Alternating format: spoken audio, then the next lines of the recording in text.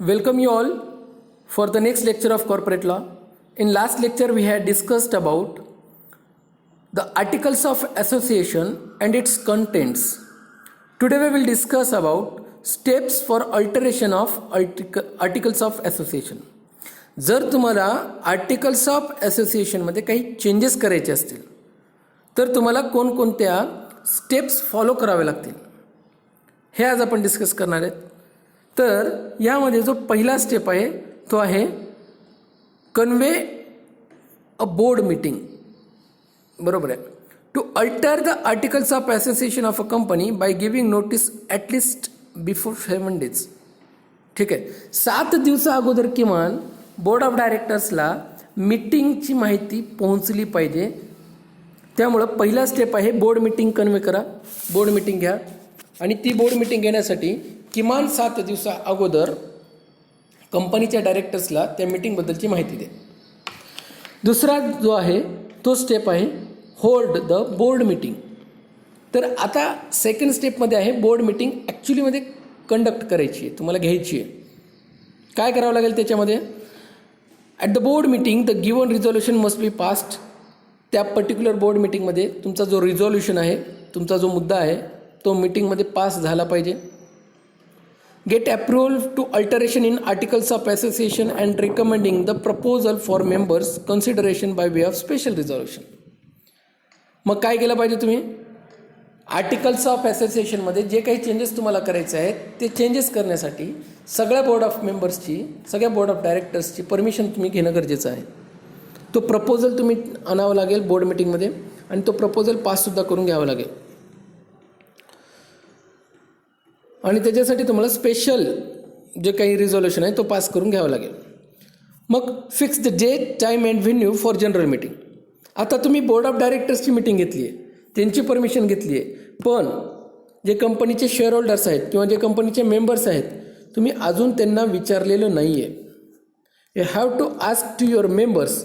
So for that you have to conduct a general meeting.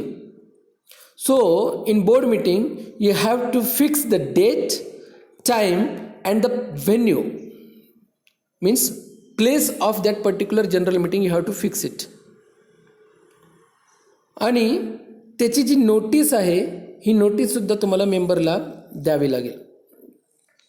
Provision for the section 101 of the companies act 2013 provides for the issue of notice for EGM extraordinary general meeting in writing to below mentioned at least 21 days before the actual date of EGM.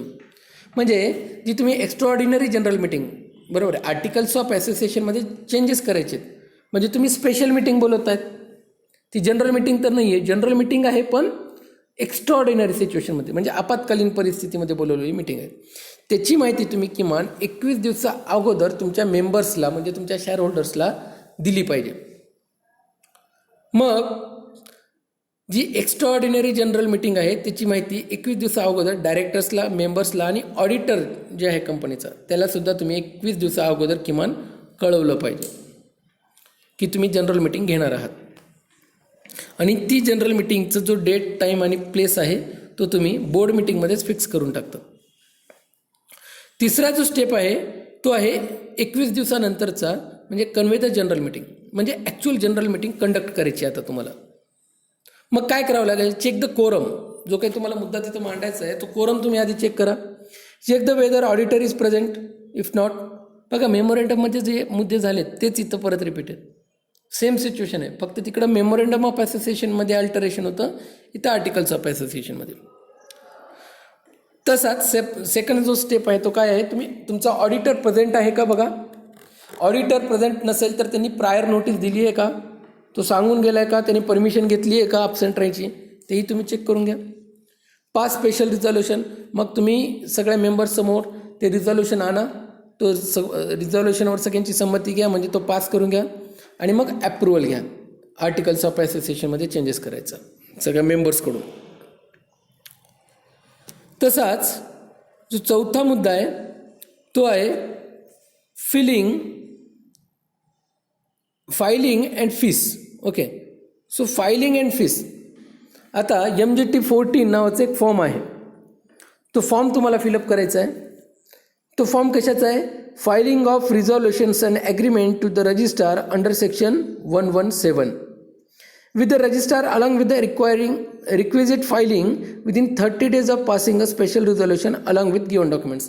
म्हणजे general meeting conduct केली, त्याच्यामध्ये तुम्हाला सगळ्या मेंबर्सची permission भेटली, तेथून 30 दिवसाच्या आत तुम्हाला रजिस्ट्रारकडे MGT14 नावाचा एक फॉर्म फिलअप करावा लागेल आणि तो फॉर्म फिलअप करून त्याच्यासोबत काही सपोर्टेड डॉक्युमेंट्स तुम्हाला द्यावे लागतील.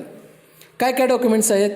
Certified true copies of the special resolution, जे काही तुम्ही स्पेशल रिझॉल्युशन पास केलेलं आहे त्याची एक certified true copy with explanatory statements, जे काही तुमचे स्टेटमेंट्स आहेत त्याच्यामध्ये असले पाहिजेत. Copy of notice meeting send to members along with the annexure, जे कोणी तुम्ही मेंबर्ससाठी जे मीटिंग बोलवली होती त्याची जी काही नोटीस तुम्ही पाठवली होती त्याची एक कॉपी, त्याच्यासोबत जर काही जोडणी पत्र पाठवलं असेल, ॲनेक्स्चर पाठवले असतील तर ते कागदसुद्धा तुम्हाला लावावं लागेल. अ printed copy of Altered articles of association, आणि जे काही तुम्ही चेंजेस केलेले आहेत आर्टिकल्स ऑफ असोसिएशनमध्ये त्याची एक प्रिंटेड कॉपी तुम्हाला ह्या फॉर्मसोबत द्यावी लागेल रजिस्ट्रारकडे. म्हणजे आपण 4था स्टेप पूर्ण केला आहे. आता शेवटचा जो स्टेप आहे, 5वा स्टेप जो आहे तो आहे फॉलोअप. काय होतं इथं बघा, the registrar shall then accordingly register the alteration and issue a certificate which will be conclusive evidence that all the requirements with the respect of articles have been duly complied with the company. म्हणजे registrar काय करेल, तुम्हाला एक certificate issue करेल की तुम्ही सगळे compliance केलेले आहेत, तुम्ही आर्टिकल्स ऑफ असोसिएशनमध्ये जे चेंजेस करण्यासाठी जे काही प्रोसिजर आहे ती प्रोसिजर फॉलो केलेली आहे आणि तुम्ही सगळं कंप्लेनेशन पूर्ण करून आता तुम्ही आर्टिकल्स ऑफ असोसिएशनमध्ये चेंजेस करू शकता. त्याचं एक सर्टिफिकेट तुम्हाला भेटेल. The alteration shall be complete and effective only on the issue of certificate by the registrar. ठीक आहे. मग तुम्हाला जे काही चेंजेस करायचे होते आर्टिकल्स ऑफ असोसिएशनमध्ये, जोपर्यंत रजिस्ट्रारकडून त्याचा सर्टिफिकेट भेटत नाही तोपर्यंत तुम्हाला आर्टिकल्स ऑफ असोसिएशनमध्ये चेंजेस झालेत अशी मान्यता भेटत नाही. ज्या दिवशी तुम्हाला रजिस्ट्रारकडून आर्टिकल्स ऑफ असोसिएशनमध्ये चेंजेस झाल्याचा सर्टिफिकेट भेटेल त्या दिवसापासून ते चेंजेस तुमच्या कंपनीमध्ये तुम्हाला लागू करता येतील. तिसरं आहे, if the special resolution is not filed within 30 days from the date of passing such resolution, then additional fees will be levied as per Companies Act 2013. म्हणजे जनरल मीटिंग झाली आहे, त्याच्यामध्ये सगळ्यांनी होकार दिला आहे तुम्हाला अल्टरेशन करण्यासाठी आर्टिकल्स ऑफ असोसिएशनमध्ये, पण तुम्ही 30 दिवसाच्या आत रजिस्ट्रारकडे तो फॉर्म सबमिट करू शकला नाहीत, फॉर्म फिलअप करू शकला नाहीत, तर तुम्हाला लेट फीस लागू शकते कंपनीज ॲक्टप्रमाणे. आणि लेट फीस लावल्यानंतर तुम्हाला 30 दिवसाच्या आत 30 दिवसाच्या नंतर सुद्धा तो फॉर्म भरता येतो, पण त्याचं रिझनेबल रिझन तुमच्याकडे असलं पाहिजे. तुम्ही का तो फॉर्म फिलअप करायला उशीर झाला ह्याचं एक रिझनेबल कारण तुमच्याकडे असलं पाहिजे. मग तुम्हाला लेट फीस भरून आर्टिकल्स ऑफ असोसिएशनचं जो चेंजेस करायचं आहे त्याचा तो फॉर्म तुम्हाला फिलअप करता येईल. शेवटचं आहे, incorporate the alteration in every copy of the memorandum. आणि जे काही तुम्ही चेंजेस केलेले आहेत आर्टिकल्स ऑफ असोसिएशनमध्ये त्याचं जो चेंजेस आहे तो मेमोरेंडममध्ये तुम्ही बदल करा. कारण की मेमोरेंडम ऑफ असोसिएशनचाच एक सबसिडरी डॉक्युमेंट आपण आर्टिकल्स ऑफ असोसिएशनला म्हणतो. त्यामुळे जे काही चेंजेस तुम्ही आर्टिकल्स ऑफ असोसिएशनमध्ये केलेत ते चेंजेस तुम्हाला मेमोरेंडममध्ये सुद्धा करावे लागतील.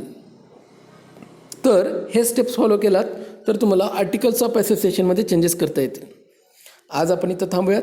Thank you very much.